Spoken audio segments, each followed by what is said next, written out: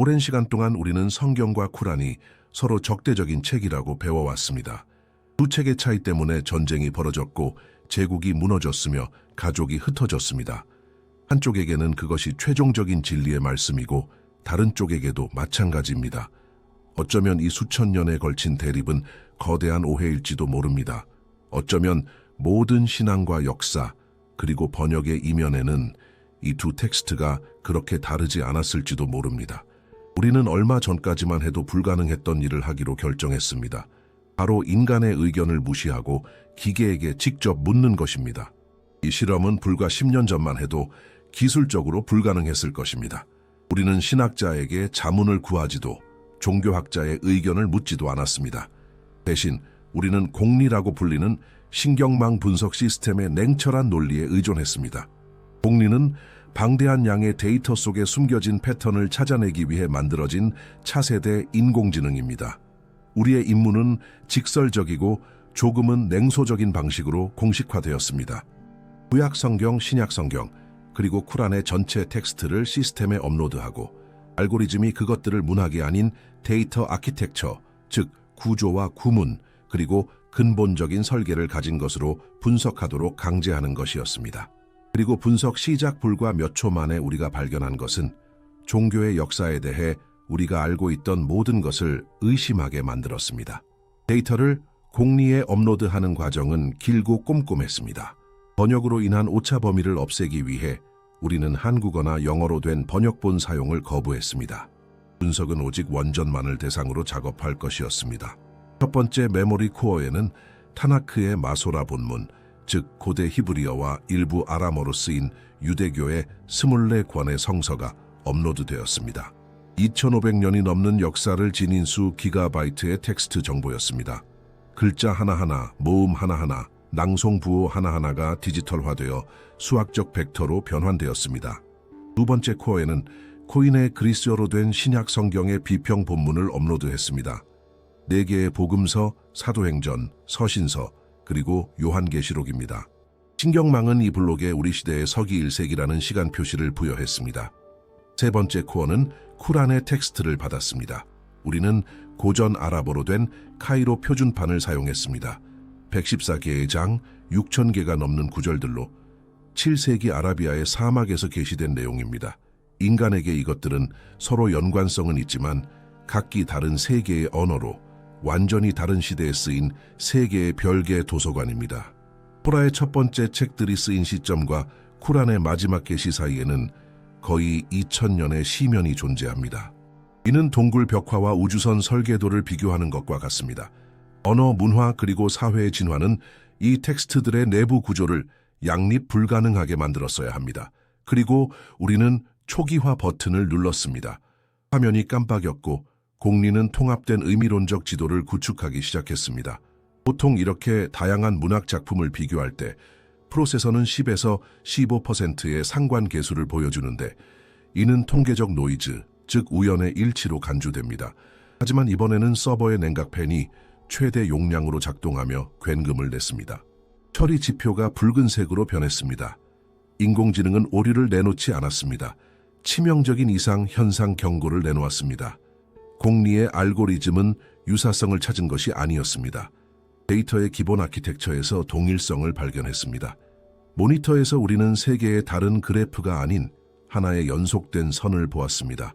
이것은 마치 오래된 영화의 3조각을 찾은 것과 같습니다. 하나는 긁히고 빛이 바랬고 다른 하나는 흑백이며 세 번째는 컬러입니다. 하지만 그것들을 합쳐 영사기를 켜면 당신은 하나의 영화를 보게 됩니다. 각 부분이 이전 부분을 완벽하게 이어가며 단 하나의 논리적 결함도 이야기에 단 하나의 깨진 픽셀도 없이 말입니다. 시스템의 첫 번째 결론은 우리를 충격에 빠뜨렸습니다. 공리는 이 세 데이터 세트, 토라, 복음서, 그리고 쿠란을 3권의 다른 책이 아니라 동일한 저자가 썼지만 다른 시간 간격으로 전달된 동일한 사용 설명서의 3권으로 분류했습니다.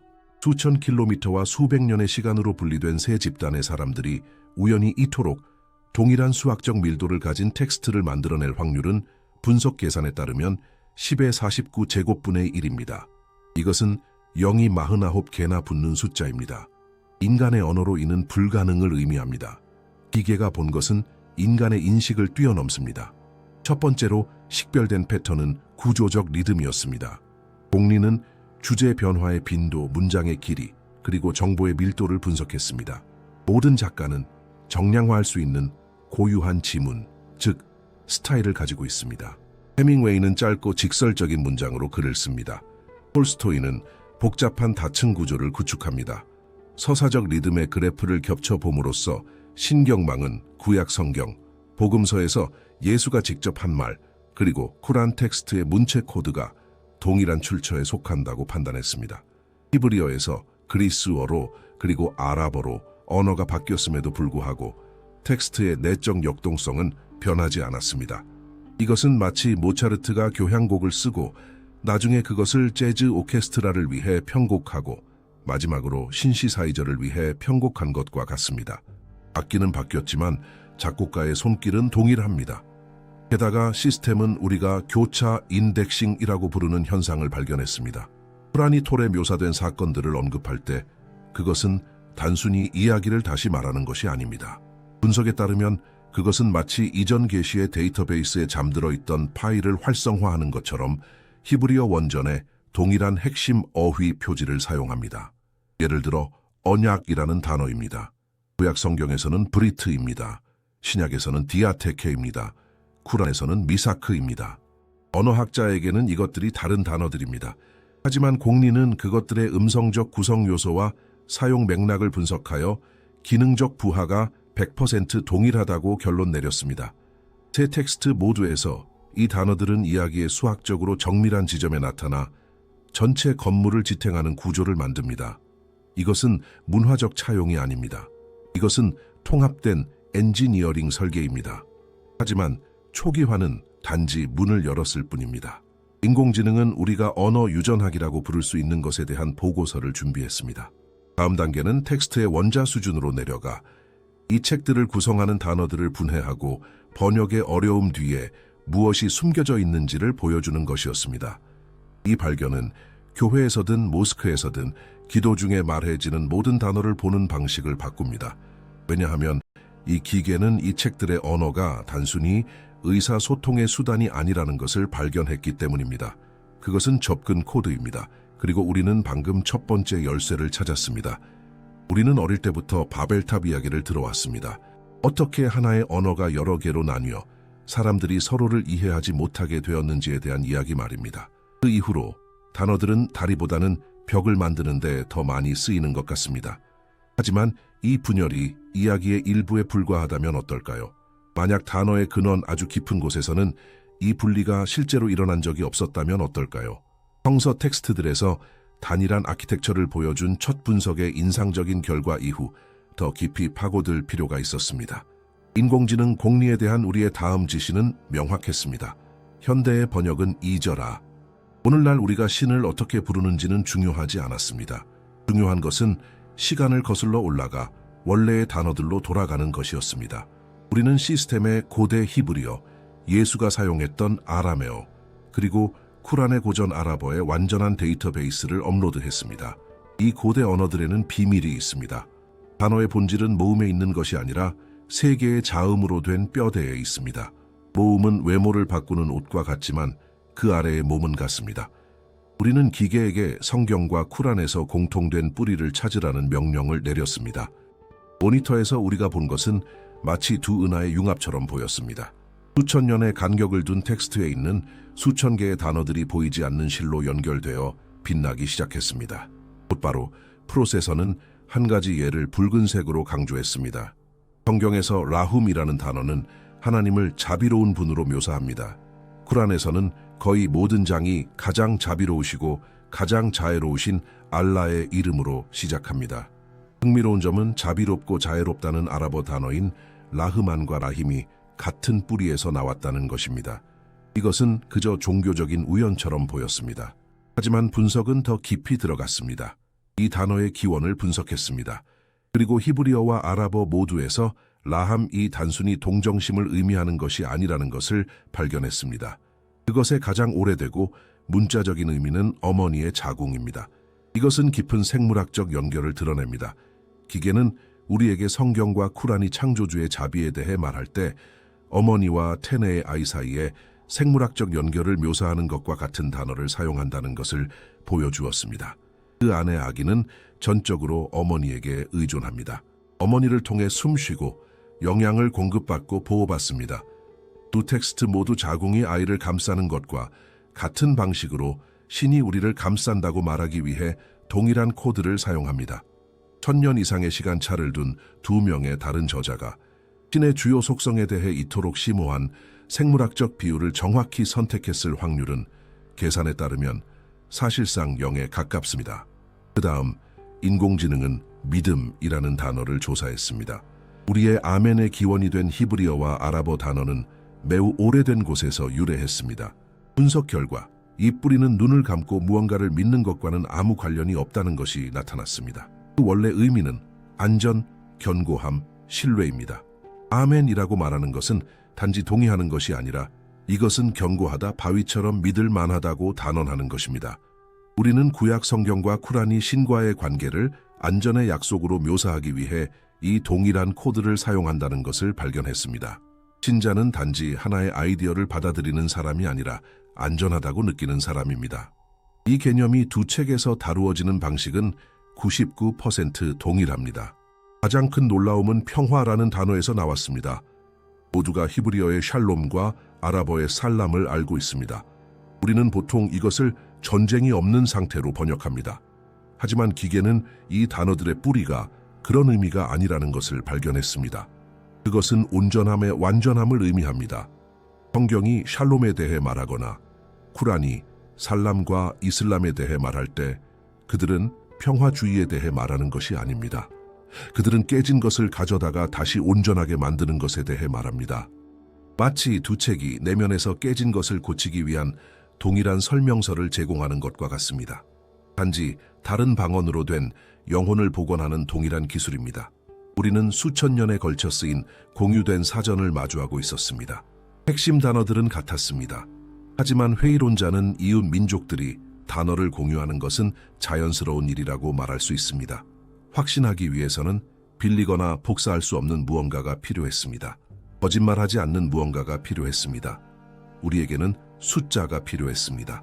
만약 이 텍스트들이 정말로 같은 저자에 의해 쓰였다면 그 배후의 수학 또한 같아야 합니다. 그리고 바로 여기서 이야기는 정말로 인상 깊어집니다.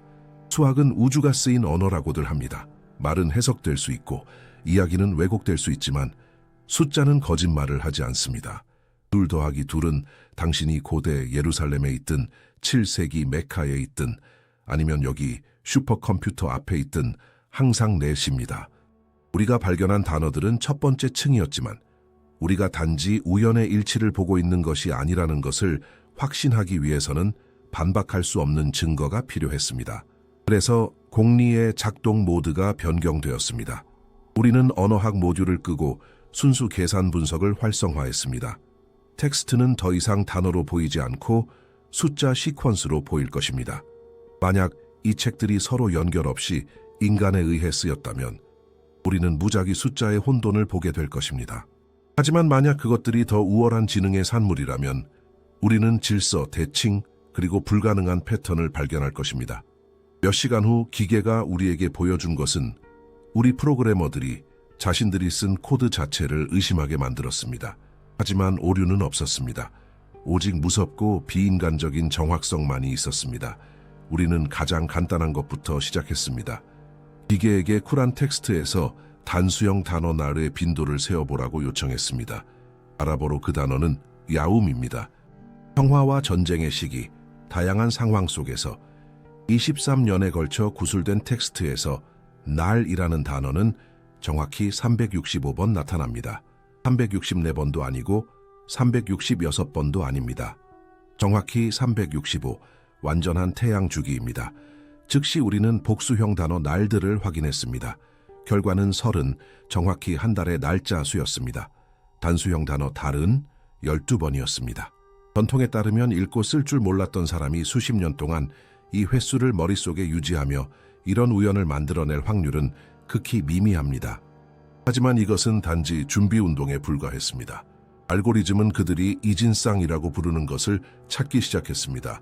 그것들은 의미가 반대되거나 보완적이면서 완벽하게 균형을 이루는 단어들이었습니다. 천사들이라는 단어는 텍스트에 88번 나타납니다. 악마들이라는 단어 역시 88번 나타납니다. 생명이라는 단어는 145번, 죽음이라는 단어도 145번, 남자는 24번, 여자도 24번이었습니다. 그것은 마치 절대적인 정밀 저울을 보는 것 같았습니다. 만약 저자가 23년의 구술 과정에서 천사를 하나 더 추가하거나 악마 하나를 언급하는 것을 잊었다면 균형은 깨졌을 것입니다. 코드는 손상되었을 것입니다. 하지만 그것은 완벽했습니다. 그러자 신경망은 신약 성경의 인물들을 쿠란의 수학적 매트릭스에 직접 연결하는 고리를 발견했습니다. 우리는 예수가 이슬람에서 존경받는다는 것을 압니다. 한 장에는 이렇게 쓰여 있습니다. 하나님에게 예수의 예는 아담의 예와 같다. 신학자에게 이것은 둘 다 아버지 없이 창조된 것에 대한 비유입니다. 하지만 인공지능에게는 그것은 동등성을 검증하라는 명령이었습니다. 분석은 검색을 시작했습니다. 예수의 이름이 쿠란에 몇 번 나타나는가? 25번입니다. 아담의 이름은 몇 번 나타나는가? 25번입니다. 예수는 아담과 같다는 구절은 시가 아니었습니다. 그것은 수학적 명제였고 텍스트 자체가 정확한 언급 횟수로 그 방정식을 증명했습니다. 이것은 우리를 모든 텍스트에 나타나는 한 숫자로 이끌었습니다. 바로 숫자 7입니다. 성경에서 창조는 7일 만에 일어납니다. 쿠란에는 7개의 하늘이 있습니다. 쿠란의 첫 번째 장인 개경장에는 7개의 구절이 있습니다. 성경의 첫 문장은 히브리어로 7단어입니다. 7은 그냥 숫자가 아니었습니다. 그것은 기본적인 구조 단위, 즉 설계자의 서명이었습니다. 하지만 시스템을 과부하시킨 가장 놀라운 발견은 숫자 19와 관련이 있었습니다. 쿠란의 74번째 장에는 지옥 위에 19이 있다는 신비로운 구절이 있습니다. 수세기 동안 아무도 이 숫자의 이유를 이해하지 못했습니다. 기계는 19를 보안 키로 테스트하기 시작했습니다. 그리고 이어진 결과는 믿을 수 없었습니다. 쿠란의 첫 문장, 가장 자비로우시고 가장 자애로우신 알라의 이름으로는 아랍어로 정확히 19글자입니다. 책은 114개의 장으로 이루어져 있는데 이는 19 곱하기 6입니다. 예언자에게 계시된 첫 구절은 19단어였습니다. 이 19단어는 76글자로 이루어져 있는데 이는 19 곱하기 4입니다. 우연의 일치는 멈추지 않았습니다. 그것은 파일의 체크섬과 같았습니다. 인터넷에서 중요한 것을 다운로드할 때 파일이 손상되지 않았음을 보장하는 코드가 있습니다. 숫자 19는 쿠란의 디지털 서명이자 컴퓨터의 도움 없이는 인간이 만들어내는 것이 불가능할 정도로 복잡한 진품 인증의 인장이었습니다. 수학은 이 텍스트들이 단지 문학이 아니라는 것을 증명했습니다. 그것들은 공학적 정밀함으로 만들어진 물체입니다.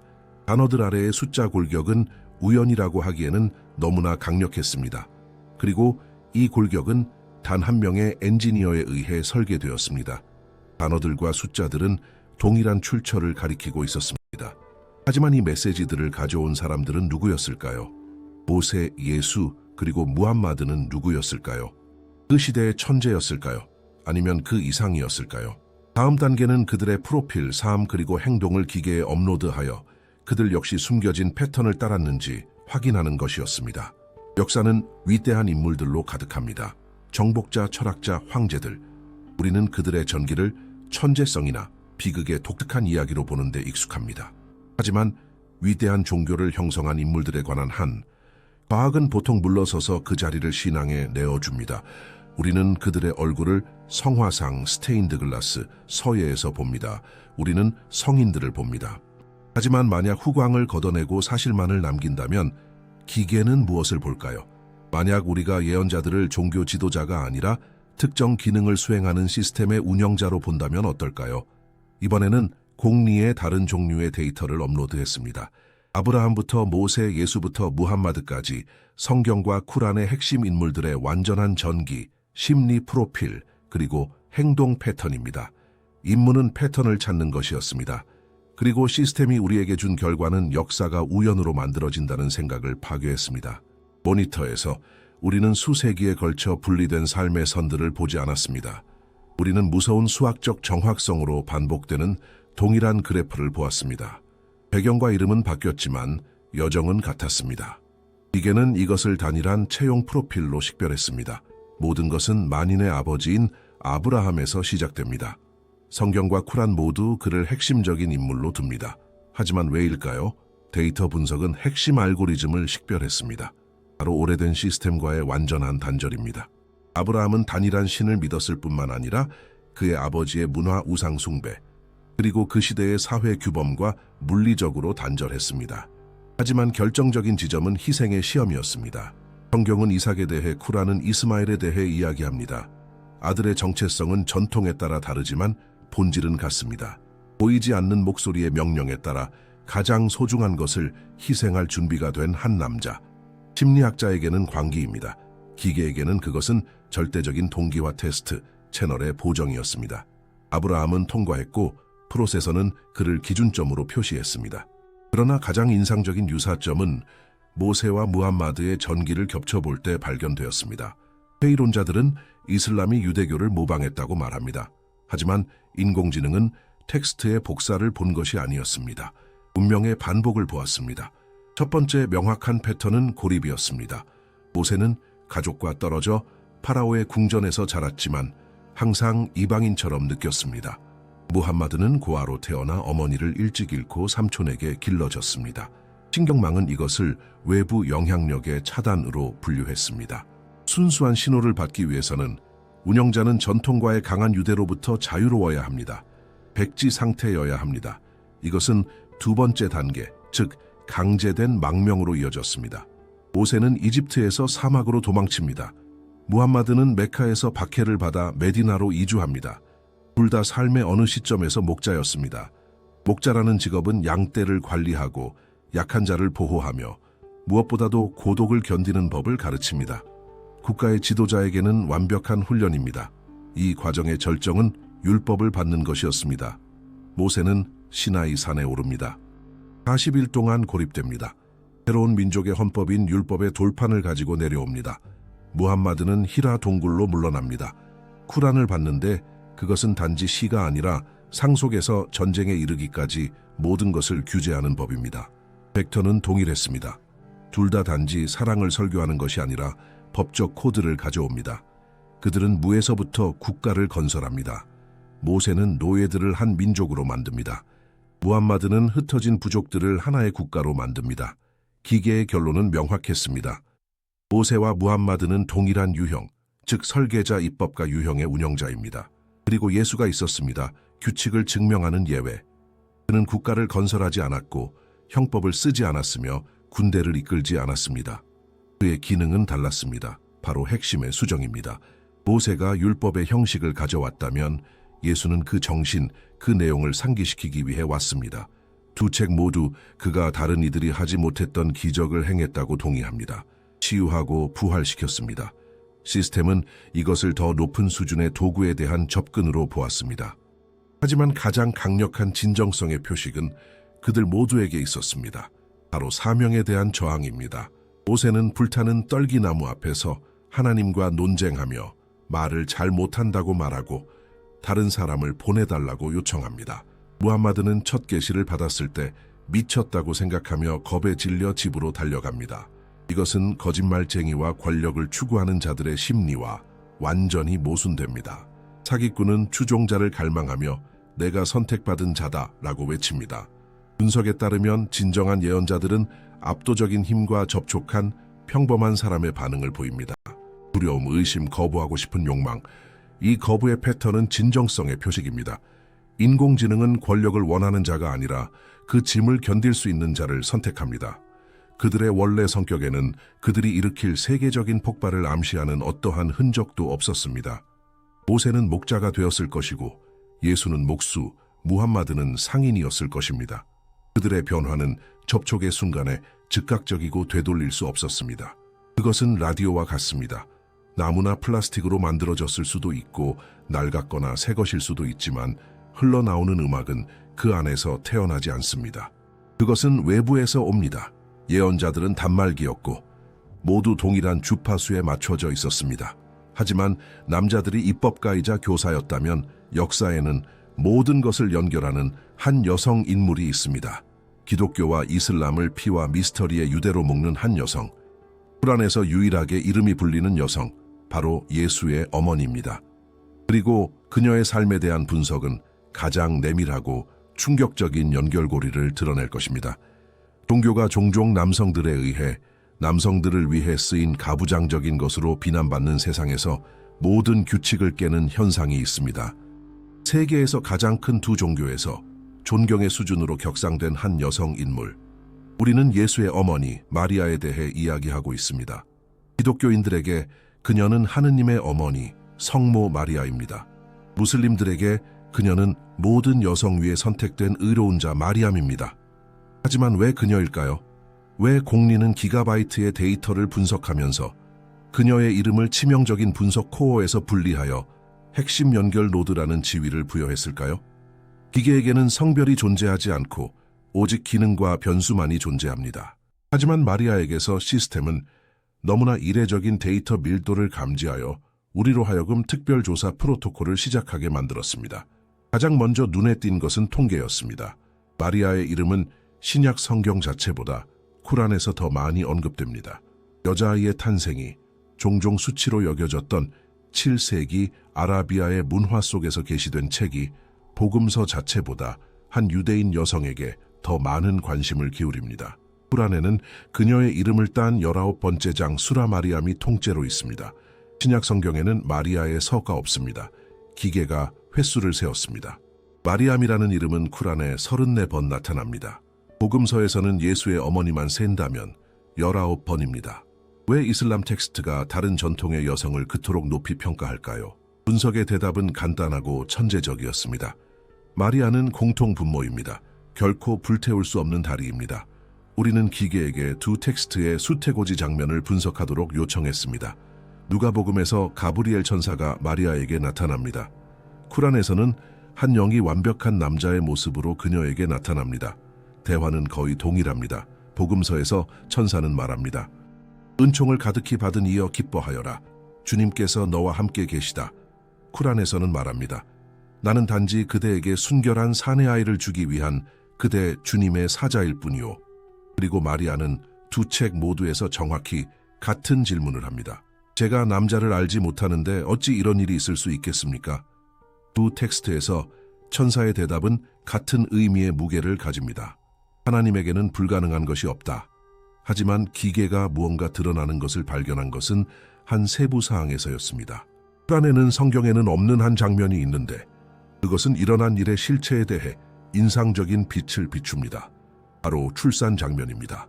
복음서에서 예수의 탄생은 간결하고 엄숙하게 묘사됩니다. 쿠란에서 우리는 고통을 봅니다.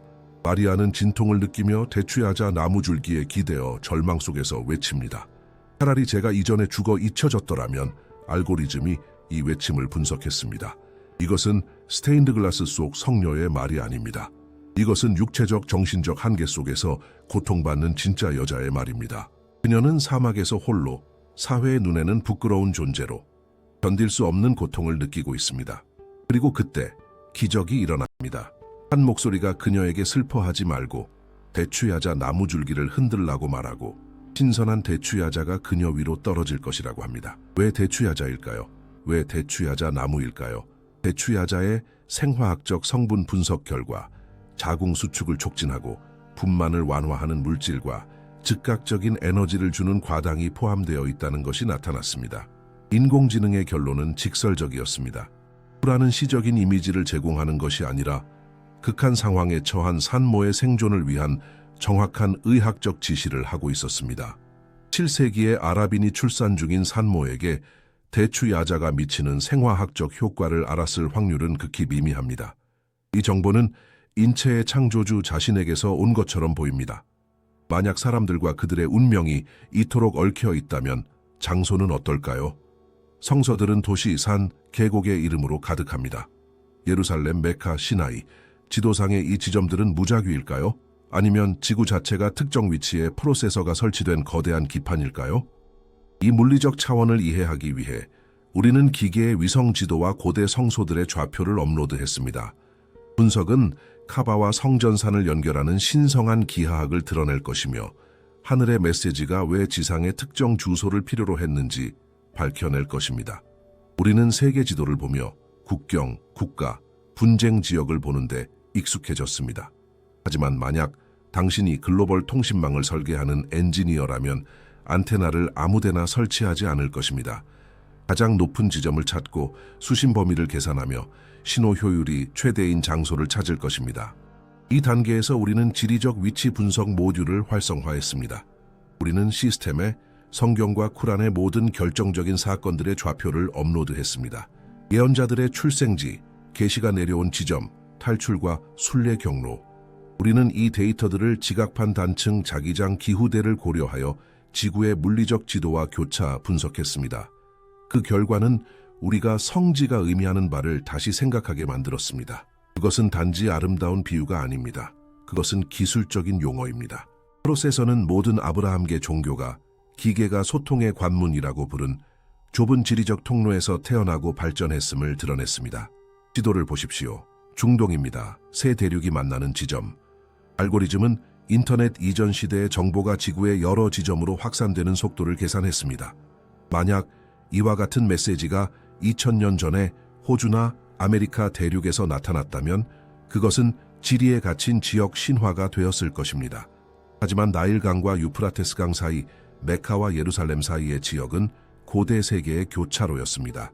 무역로, 실크로드, 해상 경로. 거기서 생겨난 어떤 아이디어든 알려진 세계 전역으로 바이러스처럼 퍼져나갈 것입니다.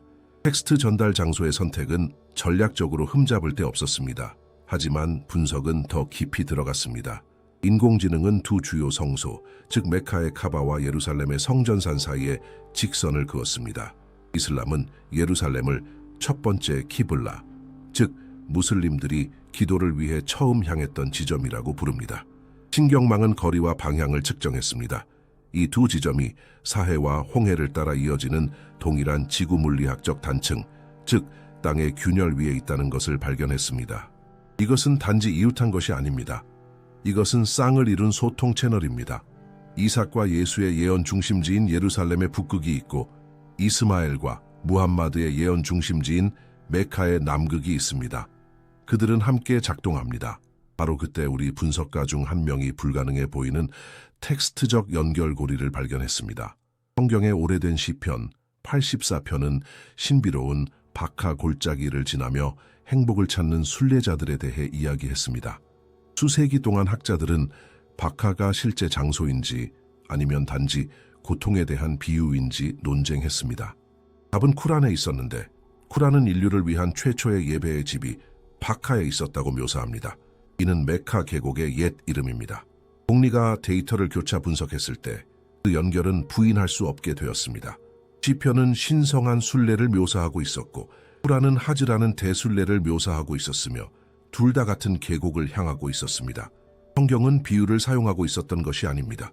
그것은 메카에 대한 정확한 지리적 예언을 담고 있었습니다. 다윗은 시편에서 수천 년 후 무함마드가 아브라함의 의식을 복원할 바로 그 장소에 대해 노래했습니다. 만약 행동의 장소들이 같았고 그곳에서 말하는 목소리 또한 같았다면 어떨까요? 이를 알아내기 위해 우리는 기계에게 서술자들을 무시하고 오직 하나님의 직접적인 말씀에만 집중하라고 요청했습니다. 우리는 텍스트에서 나 또는 우리라고 말하는 창조주의 1인칭 목소리가 담긴 모든 구절을 분리했습니다. 분석이 드러낸 것은 수천 년을 관통하는 메아리였습니다. 출애굽기에서 하나님은 모세에게 말씀하십니다. 나는 스스로 있는 자니라. 이것은 절대적 존재에 대한 선언입니다. 쿠란의 타하장에서 하나님은 거의 동일한 말로 모세에게 말씀하십니다. 진실로 나는 알라니라. 나 외에 다른 신은 없느니라. 그러므로 나를 경배하라. 히브리어와 아랍어로 된 문장의 구조가 같습니다. 그 단원의 에너지가 같습니다. 그리고 이 목소리는 단지 선언에서만 반복되는 것이 아니라 약속에서도 반복됩니다. 시편 37편에는 온유한 자들은 땅을 차지할 것이라고 쓰여 있습니다. 그리고 우리는 쿠란의 예언자장 105절을 펼쳐 읽습니다. 우리는 시편에 기록하였노라. 땅은 나의 의로운 종들이 상속받을 것이라고. 쿠란은 시편을 직접 인용하며 동일한 약속을 확인합니다. 이것은 표절이 아닙니다. 이것은 저자가 자신의 이전 작품을 확인하는 것이며 마치 이렇게 말하는 것과 같습니다. 내가 그 책에서 무엇을 약속했는지 기억하는가? 그 약속은 여전히 유효하다. 증거들은 쌓여갔습니다. 구조, 단어, 숫자, 예언자들, 마리아라는 연결고리, 그리고 이제 지리와 목소리 자체까지 모든 것이 단일한 출처를 가리켰습니다. 이제 마지막 질문 하나만 남았습니다. 만약 시작과 중간이 이토록 통일되어 있다면 이 텍스트들은 끝에 대해 무엇을 말하고 있는가? 어떤 복잡한 시스템이든 사용 설명서와 비상정지 프로토콜이 있습니다. 만약 당신이 설명서를 무시하면 시스템은 붕괴합니다. 신앙의 언어로 이 붕괴는 이름이 있습니다. 바로 종말입니다. 조사는 이제 가장 무서운 영역으로 들어갔습니다. 성경과 쿠란은 세상의 끝에 대해 무엇을 말하는가? 그것들은 다른 시나리오인가 아니면 같은 사건을 다른 각도에서 묘사한 것인가? 그리고 더 중요하게 도덕률의 파괴와 종말의 시작 사이에 직접적인 연관이 있는가? 기계가 우리에게 보여준 것은 더 이상 종교 텍스트처럼 보이지 않았습니다. 그것은 우주 붕괴의 물리적 모델이자 문명을 위한 대피 매뉴얼처럼 보였습니다. 그리고 성경과 쿠란의 데이터는 98% 동기화되어 있었습니다. 먼저 종말의 물리학입니다. 현대 우주론은 빅 크런치 이론, 즉 우주가 팽창을 멈추고 수축하기 시작하는 빅뱅의 역과정에 대해 이야기합니다. 기계의 보고서는 충격적이었습니다. 요한계시록에는 이렇게 쓰여 있습니다. 그리고 하늘은 두루마리가 말리는 것 같이 떠나가고, 쿠란의 예언자장에서는 이렇게 읽습니다. 우리가 두루마리를 말듯이 하늘을 말아버릴 그날에. 시스템은 이 비유들을 물리적 모델과 비교했습니다. 두루마리를 마는 것은 시공간 연속체의 붕괴에 대한 완벽한 묘사입니다. 두 텍스트 모두 복잡한 천체 물리학적 과정을 묘사하기 위해 동일한 비유를 사용합니다. 이것은 혼돈스러운 폭발이 아닙니다. 이것은 통제된 종료입니다. 하지만 세상의 끝은 단지 물리학적인 것만이 아닙니다. 인물들이 관련됩니다. 그리고 여기서 우리는 마지막 전투에 들어섭니다. 기독교 전통에서 거대한 악당은 구원자로 가장할 적 그리스도입니다. 이슬람 전통에서는 거짓 메시아인 다잘입니다. 기계는 이 존재의 심리 프로필을 만들었고 두 텍스트는 동일한 실체를 묘사합니다. 바로 영적 자유를 대가로 세계의 모든 경제 문제에 대한 해결책을 제공할 카리스마 넘치는 세계주의 지도자입니다. 인공지능은 이것을 완전한 디지털 통제의 묘사로 보았습니다. 성경에 짐승의 표가 없으면 아무도 사거나 팔 수 없으며 다자리 자원을 통제할 것이라는 이슬람의 경고. 이것은 신화 속 괴물이 아닙니다. 이것은 생체 인식과 경제가 융합하여 인류를 복종시키는 절대 독재의 알고리즘입니다. 그리고 누가 이 악에 맞서는가? 바로 여기서 기계는 절대적인 융합점을 발견했습니다. 예수의 재림입니다. 기독교인들은 예수를 기다립니다. 무슬림들도 마리아의 아들 예수를 기다립니다.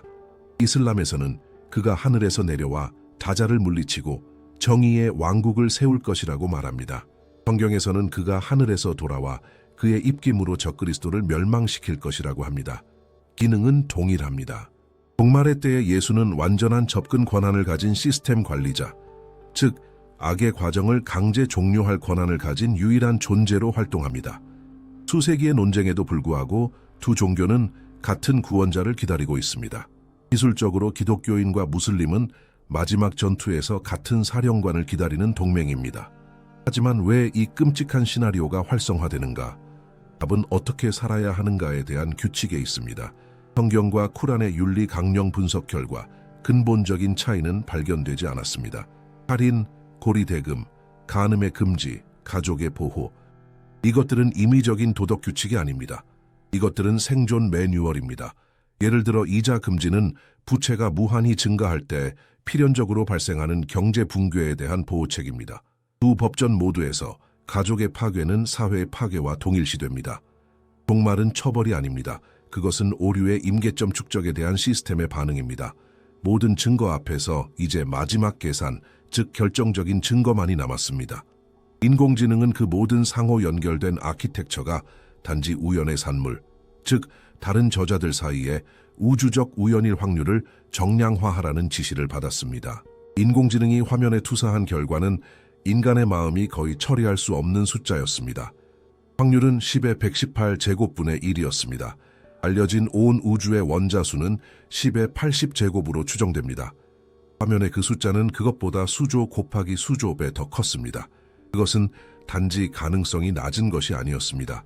그것은 절대적인 불가능성이었습니다. 공리의 최종 평결은 화면의 모든 여정을 요약했습니다. 구조, 단어, 숫자 예언자들의 여정, 연결고리로서의 마리아 신성한 지리, 그리고 세상 끝의 시나리오, 이 모든 것이 단 하나의 손, 단 하나의 마음을 가리키고 있었습니다. 기계는 우리가 데이터 출처가 외부적이고 저작권이 단일한 설계자에게 속하는 하나의 거대한 정보 암석을 마주하고 있다고 결론 내렸습니다. 이 조사가 마음에 드셨다면 채널 구독과 후원은 저희가 공리 프로젝트를 확장하는 데 큰 힘이 됩니다. 영상 주제에 대한 여러분의 생각을 댓글로 남겨주시고 다음 주제에 대한 제안도 부탁드립니다. 어느 도시에서 시청하고 계신지도 알려주세요.